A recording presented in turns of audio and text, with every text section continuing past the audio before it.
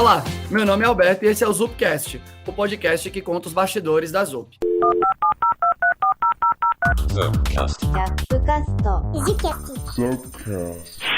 Para o episódio de hoje, a gente vai falar de um tema que particularmente eu gosto muito, que é sobre a união entre pesquisa acadêmica e indústria, os eventuais benefícios que isso pode trazer para a empresa, para o mercado. Eu estou aqui hoje com uma galera que eu já conheço, todo mundo trabalha comigo ou vai trabalhar aqui junto na Zup Edu, apesar que quando você estiver ouvindo esse podcast é bem capaz de Gustavo também já estar trabalhando aqui, né? Depende de quando vai sair. Mas antes da gente entrar nos assuntos e tudo mais, vamos só chamar cada uma das pessoas aqui para que elas possam se apresentar. Então eu vou começar aqui com Danilo. Antes de você se apresentar, né, só falando, Danilo é um dos pesquisadores que trabalham full time aqui na Zup Edu. E aí, Danilo, beleza? E aí, Alberto, beleza? Beleza, pessoal? Como o Alberto falou, trabalho aqui na Zup Edu. Eu tenho um doutorado na Universidade Federal de Pernambuco e estou aqui para tentar esclarecer algumas situações que podem ocorrer na área de pesquisa. Bom demais. A gente também está com o Geraldo aqui com a gente, né? Geraldo também trabalha aqui na área de pesquisa na Zup, especificamente na Zup Edu, que é a área de treinamento e educação, né? Performance aqui da empresa. E aí, Geraldo, beleza? E aí, Alberto? E aí, pessoal? Tudo certinho, tudo tranquilo. Eu chamo Geraldo, atualmente estou como pesquisador aqui na Zup Edu. Já tive aí mais de 5 anos de experiência com pesquisa acadêmica voltada para chão de fábrica, para a indústria. Estou atualmente cursando um doutorado e também sou mestre na área de modelagem e inteligência computacional. Bom demais. E a gente também está aqui com o Gustavo, que a depender da hora que você esteja escutando esse podcast, pode estar trabalhando aqui já ou ainda não. Mas o Gustavo é professor da Universidade Federal do Pará. Ele já é bem reconhecido também no campo de pesquisa. E aí, Gustavo, beleza? Salve, Alberto, galera. Prazer estar aqui. Eu sou o Gustavo, sou professor na UFPA, como o Alberto falou, e trabalho bastante com engenharia de software e todas essas perrengues que estejam relacionadas e estou contando os dias aí para entrar na Zup. Então, antes de começar a perguntar, só para explicar aqui para quem está ouvindo, né? Aqui na Zup Edu, que é essa área de educação, treinamento, enfim, na interna da Zup, a gente aposta bastante na junção de pesquisa acadêmica com indústria, né? O pensamento crítico que vem da área acadêmica, com toda a velocidade que a gente tem que andar dentro do mercado. Essa junção tem se mostrado muito interessante para a gente e a nossa equipe só cresce. Por conta desse sucesso que a gente vem tendo aqui, esse episódio surgiu e a gente vai falar mais profundamente aqui sobre pesquisa, o que é pesquisa, por que a gente considera importante e tudo mais. Então, para começar, galera, para todo mundo que está ouvindo, né, ficar aí na mesma página, só vocês falarem um pouco do que é pesquisa especificamente, o que caracteriza um processo de pesquisa, o que é você estar fazendo pesquisa de fato. Tá, pesquisa a gente pode muito grosseiramente reduzir aí para tentar resolver algum problema científico, algum problema de pesquisa. Eu acho que a discussão ela gira em torno do problema, né? O que é um problema, como é que você encontra um problema, como é que você resolve algum desses problemas. Tem várias formas de a gente poder descrever um problema, de coisas triviais, como, por exemplo, você está numa rua e você pode dobrar para a esquerda ou para a direita, isso é um problema. Tem problemas que eles não foram muito bem formulados, são problemas que são bem mais complicados de serem resolvidos. Mas a característica principal que eu acho que é um problema é você entender, assim, o porquê daquele problema. Tentar entender o porquê aquele problema é um problema interessante, é um problema desafiador, é um problema que, quando você está num programa de mestrado e doutorado, você vai passar 2, 4, 5 anos da sua vida trabalhando naquele problema. Então, acho que muito gira em torno de um problema. Então, um exemplo que eu sempre trago é, por exemplo, o problema que eu tenho aqui em casa é que o azulejo aqui, no final do cantinho ali, ele não é da cor que deveria ser. Isso é um problema relevante? Isso é um problema minimamente importante? Você passaria 2 anos da sua vida trabalhando nesse tipo de problema? Talvez não. Então, o problema, ele tem que ter um chamativo ali de algum cliente, alguém interessado, alguém que esteja disposto a descobrir a solução daquele problema, nem que seja você mesmo, como ator, né, daquele próprio problema. Só de curiosidade, tem um livro muito interessante, né, que Comece pelo Porquê, né, que ele é um livro de um administrador, o Simon Sinek, mas eu acho muito interessante também para a parte de pesquisa. Porque quando a gente fala de pesquisa, ou quando a gente fala de problema, é muito comum confundir o objetivo da pesquisa, eu vou fazer alguma coisa, com o problema da pesquisa. Eu quero melhorar atributos X, Y, Z. É muito comum, por exemplo, o meu problema é fazer uma refatoração. Eu quero fazer uma refatoração. Então, esse é o meu problema. Na verdade, esse não é o seu problema. Esse é o que você quer fazer. Você quer fazer uma refatoração, né? Então, no livro do Simon, ele diz que tem essas 3 classes, né? De o que, como e porquê. Né? O que é a refatoração? Como é fazer uma análise estática lá, navegando em AST, alguma coisa assim. O porquê, que é justamente o problema, é o que motiva você a fazer aquela refatoração. Né? Às vezes eu tenho uma base de código que as ferramentas atuais não dão conta, o suporte estático da ferramenta não funciona para linguagens dinamicamente tipadas, etc. Então, isso é o porquê. Então, a dificuldade, eu acho, do problema é encontrar um porquê, um bom porquê, para que você possa fazer um trabalho científico. Bom demais. Danilo, Geraldo, querem complementar com alguma coisa? Bem legal à frente de que eu tenho uma pesquisa e para eu ter uma pesquisa eu tenho que ter uma problemática. Essa problemática pode ser tão simples quanto eu virar a rua à esquerda ou à direita, ou eu tenho um problema complexo. E aí a gente vê que quando a gente fala de pesquisa científica, para eu conseguir estar desenvolvendo uma pesquisa científica, eu tenho que ter relacionado um método científico. Eu tenho que ter relacionado um método formal para que a resolução desse problema não seja um achismo, não seja simplesmente uma hipótese daquilo que eu acho que vai estar resolvendo essa problemática, desde que eu acho que virar para a direita é melhor do que virar para a esquerda, mas se você tem um método científico ali relacionado, você consegue estar realizando experimentações e dizer que realmente o virar para a direita é a melhor resposta, dado que eu tenho essas duas opções. Eu vi aqui, né, no briefing de vocês, como subtópico sobre o que é pesquisa, né, vocês falaram bastante sobre o problema, mas eu, que não sou do mundo acadêmico, e tento ler, né, vários artigos e tudo mais, tem uma parte dos artigos que geralmente sempre destrói o meu cérebro, que é na hora que eles vão descrever o método que a pesquisa foi feita, como o filtro dos artigos foi feito, como o experimento foi desenhado, como o experimento foi analisado, quais são as inspirações para construir aquele experimento. Danilo Ribeiro já me explicou aqui várias vezes, né? Quando você vai formular uma hipótese ou N hipóteses, é importante que você tenha uma teoria por trás daquilo que você está tentando formular, né? Porque senão você começa a formular hipóteses e conectar coisas que não necessariamente fazem sentido. Então, rola vocês também aprofundarem um pouco mais nesse aspecto, né, do tipo, o que é esse método de realizar a pesquisa, quais são as coisas que daqui supostamente são importantes na hora que você vai pensar sobre isso, ou na hora que você vai modelar, sei lá, um experimento para tentar atacar a problemática que você quer resolver. Quando a gente fala de método, a gente fala de um conjunto de passos para se chegar em um determinado resultado, como o Geraldo já começou a falar. E esses conjuntos de passos são extremamente importantes, porque a partir deles, outros pesquisadores também podem executar os mesmos passos para ver se chega àqueles resultados. Então, a gente tem uma tendência a acreditar que um artigo científico é verdade. Para isso, a gente precisa olhar para os métodos, para os resultados, para tudo o que ele faz. Só que, em geral, um bom resultado ele é possível em outros contextos, desde que a pessoa siga o mesmo método que você fez, que você executou. Daí a importância de você descrever bem seu método para que outras pessoas consigam executar isso de maneira recorrente para chegar em um resultado mais correto possível. Então, voltando para aquela história do Simon Sinek, né, que a gente tem o que, como e porquê, né? A gente tem que entender o porquê para a gente poder fazer uma coisa e depois a gente parte para o como. O como é exatamente a história da metodologia. Então, voltando para a história da refatoração, o como da refatoração é como é que você vai criar aquele mecanismo da refatoração. Qual técnica de análise estática você vai criar para poder refatorar o código, mudar o código, como é que você vai garantir que a refatoração que você fez, ela mantenha a corretude do programa. Então, isso está tudo envolvido na metodologia, que são esses passo a passo, como o Danilo falou, que alguém, lendo aquele passo a passo, vai poder, sem ver o código que você fez, idealmente você disponibiliza o código também, mas sem ver aquele código, vai poder escrever um código que faça a mesma coisa que você fez, dado a descrição daquela metodologia. Então, a grosso modo, a gente pode também analisar com uma receita de bolo que tem um começo, meio e fim, mas, diferente de uma receita de bolo, o método científico ele já vem sendo há algum tempo, né, trabalhado, elaborado, então dificilmente tem inovações de método científico. Os métodos científicos que a gente utiliza são coisas que já são muito carimbadas, né, de anos, décadas, talvez, dependendo do método, algumas centenas de anos que já foram utilizados, né? Por isso que eu recomendo novamente a história, dar uma googada aí. Simon Sinek, comece pelo porquê. Ah, Gustavo, daqui a pouco você vai falar de Golden Circle aqui, o negócio vai pegar fogo, viu?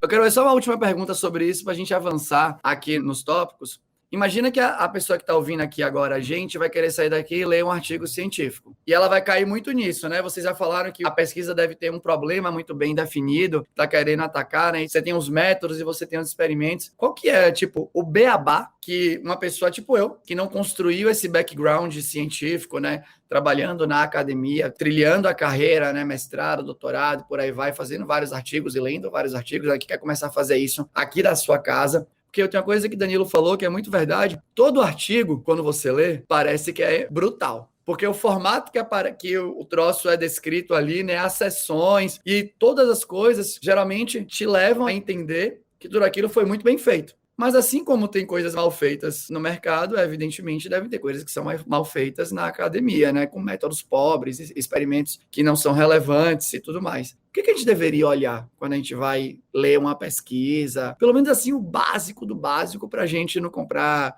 gato por lebre, sei lá, com essas expressões aí. Tem uma frase que diz, né, que leiam os artigos mesmo que seja complicado e que você não entenda tudo que está ali. Eu acho bem interessante isso, porque quando a gente olha para a ciência, a gente olha para esses papers científicos, acaba que é um mundo que a gente vai conseguir estar imergindo e estar extraindo algo legal dali. Então, tu vai pegar um paper agora, tu se interessou sobre a parte de engenharia de software empírica, como a área do Gustavo. E você não necessariamente é um especialista naquela área e quer começar a entender algo daquilo que foi escrito num paper. Um bom ponto para você estar iniciando é pelo título. Você está lendo o título, vê se o título lhe chamou a atenção. Dado que o título lhe chamou a atenção, você pode estar dando uma olhada ali no resumo, no abstract daquele artigo, porque, como o próprio nome diz, né, o resumo vai estar dando uma visão geral dos principais resultados que foram encontrados, da básica da metodologia que foi utilizada naquela pesquisa, e você vai começar a ter um norte de que, poxa, esse artigo faz sentido para mim,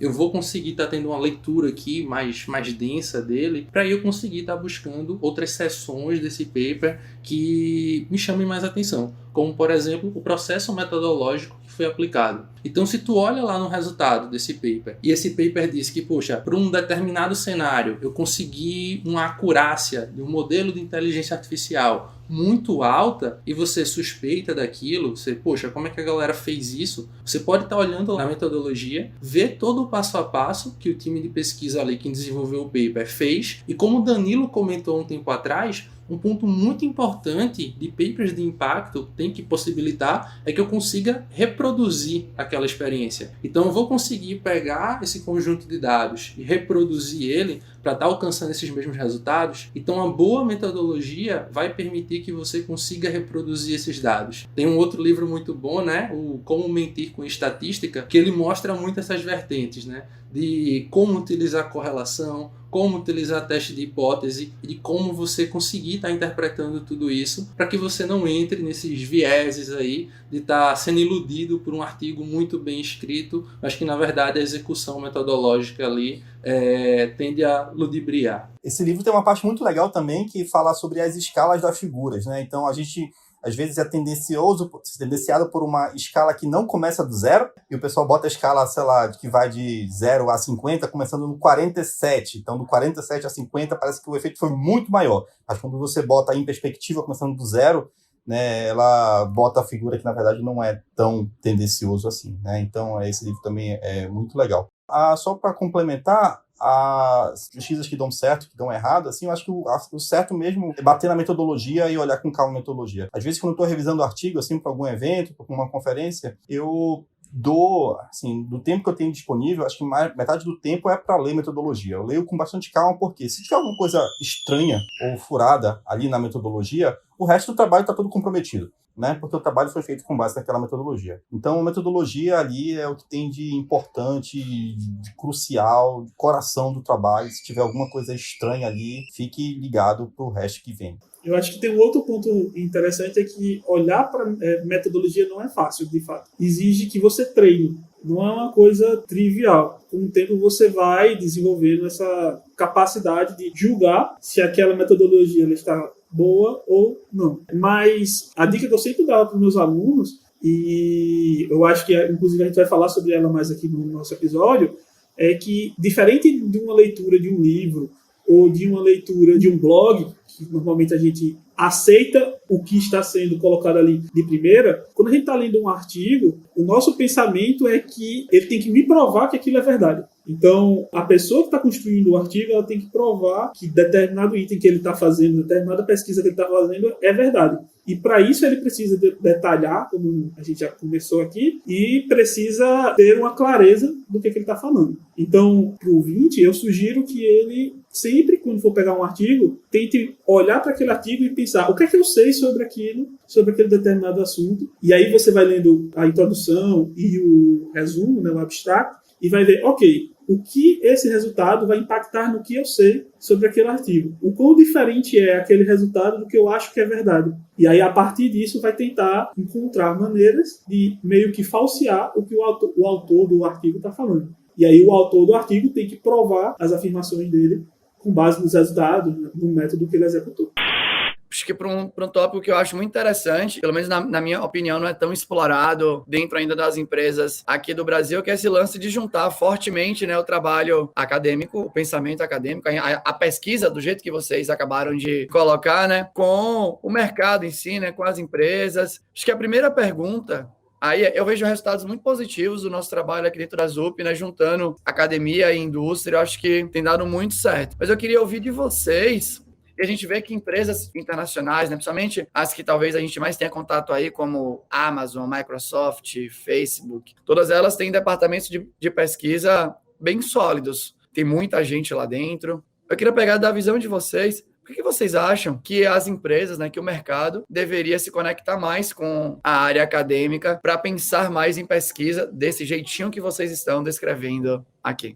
Dentro da área da indústria, especificamente, puxando um exemplo legal aí, né? Tem uma pesquisa recente da CNI que mostra que menos de 2% das indústrias daqui do Brasil tem um pezinho ali na vibe de indústria 4.0. Que é tá trazendo esses conceitos de automação, sensores, puxão de fábrica.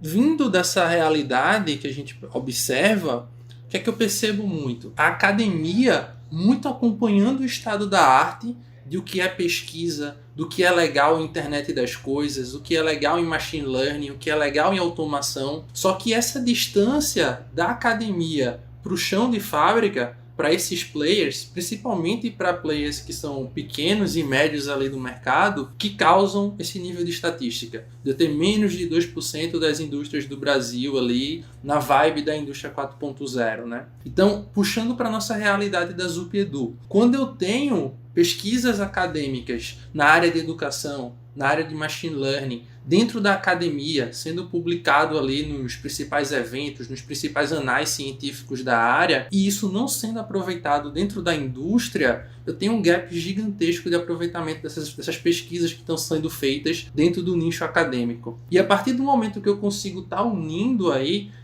pesquisadores, professores, profissionais que estão na academia, profissionais que estão acompanhando esse estado da arte e puxo eles para a indústria, para o mercado, de dizer, vamos aplicar esses modelos, vamos aplicar essas metodologias aqui agora na prática, conosco, eu consigo ter um ganho tanto científico, a nível de coleta de dados, que eu vou conseguir estar capturando mais desses experimentos que eu estou fazendo na prática, e um benefício gigantesco para a própria indústria, que vai conseguir estar saindo do tradicional, do convencional dela, e estar causando uma ruptura de avanço que esse acompanhamento do estado da arte que a academia apresenta, né? Vou complementar aqui um pouco a fala do Geraldo com algumas coisas que eu tenho refletido e trabalhado nos últimos dias. Eu vejo muitas empresas e equipes que estão muito ocupadas com o próximo release, né? Então tá todo mundo ali no dia a dia muito ocupado, tentando entregar aquela funcionalidade, aquela nova feature, batendo ali os pontos que estavam orçados para aquela sprint. E aí sobra pouco tempo para que a equipe, às vezes, possa fazer reflexões sobre o processo, sobre as técnicas, sobre o dia a dia do desenvolvimento, né? Então, às vezes, a equipe quer adotar uma nova tecnologia, mas não sabe exatamente qual seria o impacto de adotar aquela tecnologia no contexto daquela equipe, daquele produto, daquele projeto. Nem precisa ser tecnologia, pode ser, por exemplo, uma prática. Eu quero adotar DevOps.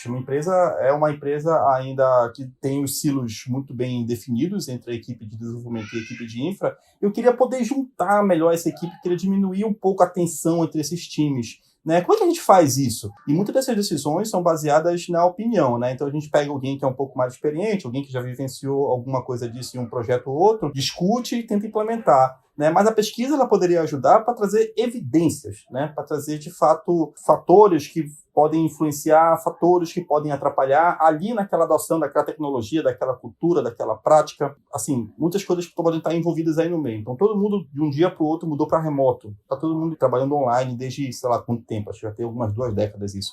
A gente não sabe quais foram as melhores práticas de desenvolvimento remoto de times de desenvolvimento de software. Então a gente foi com a nossa experiência, com as nossas opiniões, com as nossas crenças. Por exemplo, será que para uma equipe, né, que trabalha um na China, outro na Austrália, outro no Brasil e outro nos Estados Unidos, a gente vai adotar o mesmo processo, vai ter daily meeting, o pessoal todo espalhado ao longo do globo, vai ter daily meeting, da mesma forma que tem uma equipe que trabalha todo mundo em São Paulo, embora remoto? Então, a pesquisa ela pode ajudar a tirar alguma dessas dúvidas, tirar alguma dessas crenças que a equipe de desenvolvimento, embora também possa ser muito competente para isso, não tenha o fôlego e o tempo, né, destinado para esse tipo de atividade. Quero fazer só uma pergunta sobre esse lance das evidências e da investigação mais profunda, porque eu acho que aqui na ZUP-Edu a gente já teve esse debate algumas vezes, né? Acho que com o Danilo que está aqui há mais tempo. Eu, de novo, né? Só acho que 2, 3 anos para cá, fiquei mais do que isso, né? Uns 4 anos para cá, fiquei super fã. Acho que eu concordo em gênero, número e grau com tudo que vocês falaram, né?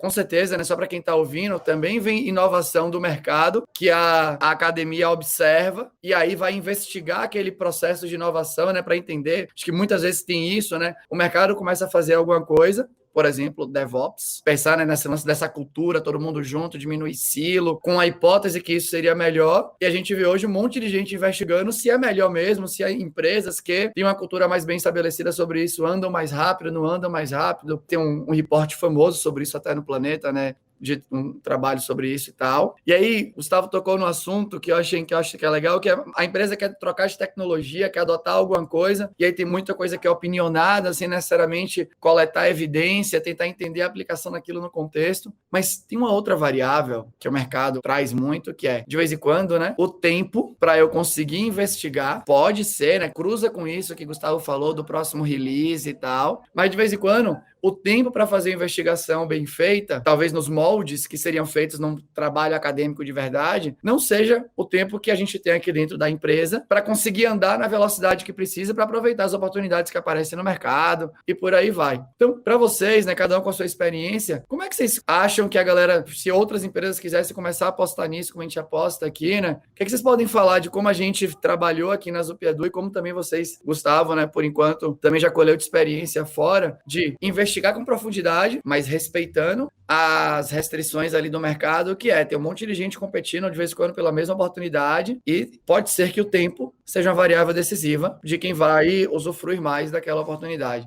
Como que vocês veem que para ter esse casamento de modo que a coisa seja realmente interessante? Na minha opinião, assim, um grande ponto é que quando a gente é treinado na academia, a gente é treinado para fazer a melhor pesquisa possível e a gente não tem muito a oportunidade de errar. Se a gente erra, perde tempo e pode ser que você não consiga terminar o doutorado. No meu ponto de vista, quando eu entrei na ZUP, eu senti essa como a principal diferença dentro da indústria. Especificamente na ZUP, eu aprendi que o meu papel é escolher o melhor método, a melhor maneira de executar e entender aquela pergunta dentro do time que a empresa precisa.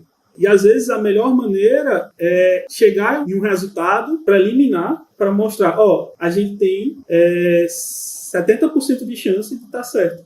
Vamos investigar mais, vamos fazer um outro ciclo com mais pessoas, com mais indivíduos, para tentar entender algum resultado. Então, no meu ponto de vista, essa é a principal maneira de um pesquisador, quando está dentro da indústria, entender esse problema. Então, assim, complementando o que o Danilo está dizendo, a gente, um outro trabalho, um ex-aluno meu e hoje em dia colega, é o Bruno Cartacho, a gente desenvolveu o que a gente chamou de Rapid Reviews. A gente entende que o timing da academia não é o timing das empresas, isso é notório. E a gente entende que muito da pesquisa que a gente faz pode ter valor para as empresas. Então, o que é esse Rapid Review? Qual é a ideia desse Rapid Review? A gente vai fazer revisões rápidas, né, como o nome quer dizer. Então, a empresa tem um problema. Por exemplo, a empresa ela tem um mau relacionamento com o cliente. Né? O cliente, ele fica que nem papagaio de pirata ali no ombro do desenvolvedor, tá todo mundo estressado, ninguém mais aguenta aquele cliente, mas é o cliente que bota o almoço na mesa da galera, então tem que engolir o sapo. Mas assim, a situação tá muito difícil, então o que a gente faz? Bora na literatura para ver melhores formas e práticas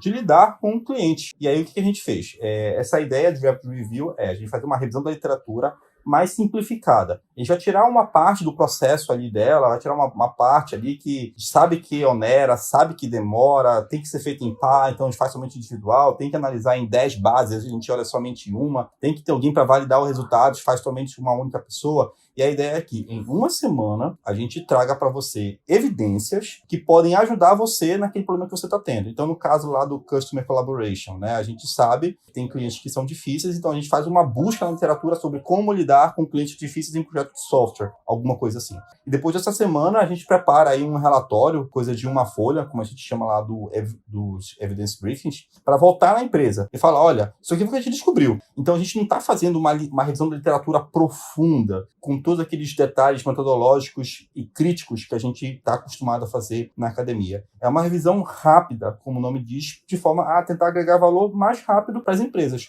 Porque se a empresa falar, olha, eu quero isso para ontem, eu vou dizer, só posso entregar em um ano, obviamente o carro não anda. Então, a ideia das revisões rápidas é justamente para a gente tentar trazer alguma evidência. Obviamente, a gente sabe que a qualidade que a gente está trazendo ali não seria a mesma, que se a gente pudesse fazer um trabalho mais profundo de 1 ano, 6 meses, alguma coisa assim. Mas, por outro lado, a gente consegue mitigar, né, apagar ali um pouco o fogo do que está acontecendo. E, inclusive, depois, a gente rodou isso em alguns locais, né, algumas empresas lá de Recife, e depois de algum tempo a gente voltou nessas empresas, né, acho que 2, 3 meses depois, para falar, e aí, aquela revisão rápida, o que vocês acharam? Deu certo? O pessoal está usando aí? O que vocês acham? E o feedback foi, de maneira geral, positivo. As revisões rápidas, elas não são intrinsecamente criteriosas do ponto de vista acadêmico, mas para quem precisa de valor, né, sendo entregue num timeline constante, sem dúvida ajuda. Eu acho que o ponto central do que o Gustavo está falando é que muitas vezes as dificuldades que a indústria tem,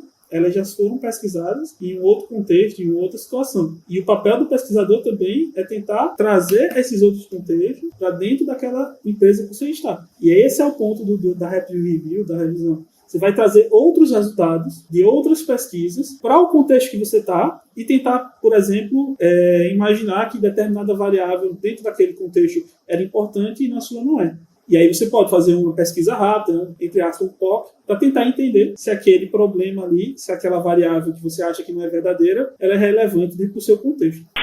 A gente está aqui falando muito de unir, né, a academia, a indústria e os benefícios que a indústria pode ter em função da união com a academia, mas eu também acho que é legal olhar um pouco para o outro lado. Eu acho que o Danilo começou a falar um pouco sobre isso, que aqui ele percebeu que a ideia era muito essa, né, de precisar entender qual que é o melhor método para aquela situação, dado aquele tempo, e as melhores hipóteses, que tem as teorias talvez mais sólidas, ou pelo menos deixar claro, né, que essa hipótese talvez não seja tão boa, porque a teoria não é tão legal. Mas a gente podia inverter um pouco aqui o jogo, só para tentar trazer o olhar que hoje, pelo menos nesse exato momento, a galera da academia tem sobre a indústria. A minha percepção é que a gente tem muito, ainda, né, só percepção, que a maioria das pessoas que trilham a carreira acadêmica, elas, quando estão no doutorado ou depois dali, né, elas continuam na carreira acadêmica por muito tempo, continuando nas pesquisas que elas fazem e tudo mais, de vez em quando tentam evoluir, né, para outro nível de pesquisa. E eu queria saber de vocês como que a galera os doutores, mestrandos, doutorandos, doutoras e por aí vai,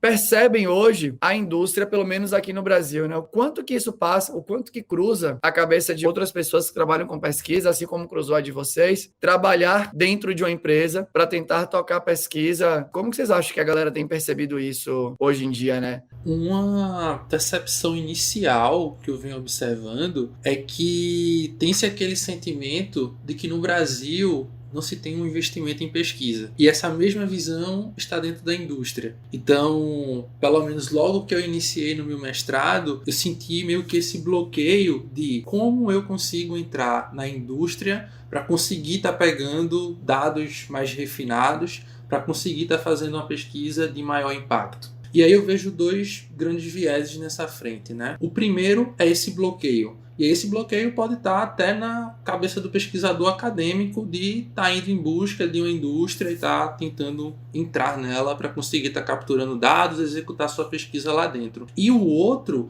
é o impacto que eu executar a minha pesquisa baseada em dados da indústria, baseado em dados ali práticos, vai ter para aquilo que eu estou defendendo. Como o Gustavo comentou agora há pouco, né? Eles, para conseguirem estar validando a pesquisa do Rapid Review, eles pegaram algumas empresas empresas do Recife para conseguir estar validando, conseguir estar pegando feedbacks daquilo. A partir do momento que ele consegue estar entrando nessas indústrias e consegue estar pegando esse feedback dessas empresas para dizer, essa técnica é legal, essa técnica faz sentido para a gente tem um respaldo muito, muito maior de conseguir estar colaborando. E recentemente eu vejo esse feeling de que, principalmente por conta de fintechs, startups, surgimento dessas empresas que estão olhando cada vez mais para a inovação, a gente está sentindo, pelo menos eu estou sentindo, essa aproximação maior entre academia e indústria. Então, eu acho que isso, sem dúvida, é algo, não sei, pré-histórico, né? Essa discussão aí da academia, da indústria, etc. Mas tem sido intensificado, eu acho, nos últimos anos, principalmente porque muitos, né, pelo menos falando do meu lado, muitos alunos, eles já trabalham nas empresas, né? E querem fazer mestrado e doutorado. Então, o que eu tento fazer, assim, nesses casos vamos tentar achar um problema, volta àquela história do problema lá, que esteja relacionado ao seu dia a dia na empresa e que a gente possa fazer uma pesquisa a respeito, né? Porque aí a pessoa não precisa ficar vestindo aquela roupa de Superman, né? De dia tá de terno, de noite tá de capa vermelha. E aí a ideia dessas pesquisas vamos ver se a gente consegue fazer alguma coisa prática, né? Uma pesquisa aplicada ali no seu trabalho. E eu sei que isso, obviamente, não vai reduzir o problema, mas eu sei que isso é um começo, principalmente para quem está interessado em seguir os dois. Então, como o Alberto falou no começo, né? Tem muita gente que tem carreira acadêmica, ela nasce, faz iniciação científica, depois que ela tira a chupeta, ela vai para a iniciação científica, mestrado, doutorado, etc., vira professor acadêmico e nunca mais sai. Mas, hoje em dia, eu tenho visto muita gente que está ali, cruzando ali as duas ruas e vai e volta, e muitas vezes fica ali interessado nos dois lados e não tem ainda uma boa definição de carreira. Então, isso eu acho que só vai fazer com que esse tipo de perfil, né, esse tipo de função seja mais frequente, né? Essa pessoa desenvolvedora que esteja interessada, né, tanto um pouco na parte mais acadêmica, de experimentar, de entender o porquê das coisas, mas que também ali está atuando ali naquelas frentes de desenvolvimento e de equipes que estão ali entregando release atrás de release. E eu acho que isso, na verdade, contribui para todo mundo, porque a gente cria profissionais que sejam mais críticos, que tenham decisões que sejam melhor embasadas, e a gente foge um pouco também daquela história ali da opinião e das crenças. Eu acho que, no final das contas, todo mundo se favorece. Galera, a gente está chegando aqui para o final do nosso podcast. Vamos aproveitar e fazer um momento jabá aqui das nossas linhas de pesquisa dentro da ZUP Edu, né? Que é a nossa área que a gente trabalha aqui dentro de educação e tudo mais. Então eu vou convidar aí Danilo e Geraldo nesse momento e também Gustavo para falar, né? A gente tem algumas linhas para quem está ouvindo. A gente pesquisa sobre inteligência artificial, sobre aprendizagem, performance. Com a chegada de Gustavo, a gente vai ter muita parte da engenharia de software empírica, que também já é um tema de Danilo. Tem qualidade de código. Então eu queria que vocês falassem um pouco, né? Acho que cada um na linha de pesquisa que mais toca aqui dentro, ou que a gente vai tocar aqui dentro. Fala um pouco de como que a gente tem, qual que é a linha de pesquisa que a gente tem feito aqui e quais coisas que a gente eventualmente, que a gente já entendeu, né, que está gerando valor para a ZUP, de maneira resumida, para a gente não estender muito, mas de forma que dê uma visão, pelo menos para quem está escutando aí, né, das nossas possibilidades. Por favor, mandem bala no jabá. Massa. Eu vou começar. Então, aqui na ZUP eu trabalho com duas linhas de pesquisa, né? Um é fatores humanos na engenharia de softwares, e aí eu estou estudando especificamente sobre a autoeficácia, que seria o quanto que a pessoa considera capaz de executar uma tarefa. E a gente já tem resultados bem interessantes, mostrando, por exemplo, que pessoas que têm baixa autoeficácia, elas tendem a, por exemplo, pedir mais ajuda, elas tendem a superdimensionar o cronograma delas de tarefas, assim como a gente tem resultados de pessoas que são descalibradas para cima. O que seria isso? Pessoas que se acham mais do que elas realmente são capazes de fazer. Elas tendem também a ter problemas no cronograma porque elas podem, por exemplo, achar que aquela tarefa é muito fácil. E isso tudo tem impacto tanto na carreira dela quanto na equipe. E aqui na ZUP Edu a gente está tentando desenvolver técnicas para calibrar essas pessoas, ou seja, para deixar com que essas pessoas, fazer com que essas pessoas elas tenham a sua autoeficácia semelhante ao seu nível de habilidade. A outra linha que eu atuo é a ciência do treinamento. Especificamente na ZUP Edu, a gente tem várias questões de como é que a gente treina melhor as pessoas para que elas executem de maneira mais adequada a tarefa que elas vão fazer nas equipes. E aí, a gente está começando com essa linha agora. Está aí, por exemplo, a gente está criando um manual de como é que a gente faz perguntas boas dentro do bootcamp que a gente executa aqui na ZUP-EDU. A principal linha de pesquisa que eu venho atuando hoje dentro da ZUP-EDU, junto com o Danilo Lucena, que também é pesquisador do time, é a parte de inteligência artificial voltada para aspectos educacionais. Então, como nós conseguimos estar utilizando modelos de machine learning, modelos de deep learning, voltados para aspectos de automação e de ferramentaria para o processo de ensino e aprendizagem. Então, uma linha muito interessante que a gente vem desenvolvendo agora é como eu consigo estar cruzando modelos de deep, modelos de aprendizagem clássica para conseguir estar fazendo correções automáticas de textos planos, correções automáticas de código. E imagine o quão complexo é eu estar pegando um texto que é um dado completamente não estruturado, que pode ter sarcasmo, pode ter cada um responder de uma forma diferente, e como eu consigo estar interpretando isso e dando uma resposta, fazendo uma avaliação, fazendo uma ponderação quanto a esse texto, né? Então, isso é um pouco do que o time de pesquisa faz em relação à parte de inteligência artificial para a educação dentro da ZUP-EDU. A área da engenharia de software empírica é a gente tentar coletar dados e analisar esses dados para resolver problemas da engenharia de software. E por dados você pode entender, sei lá, o número de builds que a pessoa faz, né? Aquela pessoa que mais quebra a build da sexta-feira, né? Aquela pessoa que mais faz commit. Esses são dados assim, bem fáceis de rastrear pelo controle de versão, como também pode ser dados do ponto de vista, sei lá, da equipe, da organização das equipes, das entregas das equipes, etc. E na ZUP, assim, eu estou super interessado em conversar, em analisar esses dados que vêm de todas essas fontes, de todos, enfim, esses 2, 3 mil desenvolvedores que tem aí na ZUP, para a gente ver como é que a gente pode ajudar, seja o time a ter melhor performance, ou seja a equipe em tomar melhores decisões, né? Eu acho que associado a tudo isso ainda tem a história do CDD, que eu acho que é talvez um dos big players aí de pesquisa, chuto eu, né, do pessoal da ZUP, que acredito que deva estar contribuindo também. Massa demais. Gente, só para fechar, né, para quem tá ouvindo, a gente tem apostado forte nessa união, galera. Galera não, né, que você tá ouvindo, talvez você sozinho aí na sua casa, lavando sua louça ou andando de bicicleta. Mas a gente tem apostado forte nessa união, a gente entende que dá para influenciar dentro da empresa, para fora da empresa. A gente tem tentado encontrar, né, acho que muitas das coisas que a galera falou aqui, né, como é que a gente comunica para a empresa os nossos resultados através de um formato que seja mais interessante de leitura para esse contexto. A gente publica em formato acadêmico para as conferências e tudo mais, já fizemos isso. Então é uma linha que a gente tem achado que tem muito valor, a gente tem acreditado bastante mesmo nisso. Gente, eu queria primeiro agradecer a cada um de vocês que participou aqui conosco do podcast, beleza? Valeu demais. E eu também queria deixar um agradecimento especial para você que ouviu a gente até agora. Muito obrigado por dedicar seu tempo, por entender que esse conteúdo era interessante para você. No mais é isso, muito obrigado pela audiência e a gente se encontra no próximo Zupcast. Se você quiser encontrar também todas as redes sociais da galera que participou aqui, tá tudo na descrição. Beleza? Não esqueça de nos seguir também nas redes sociais. Estou melhorando em acabar o podcast, ainda não cheguei lá. Beleza? Mas era isso, valeu pela audiência, tchau!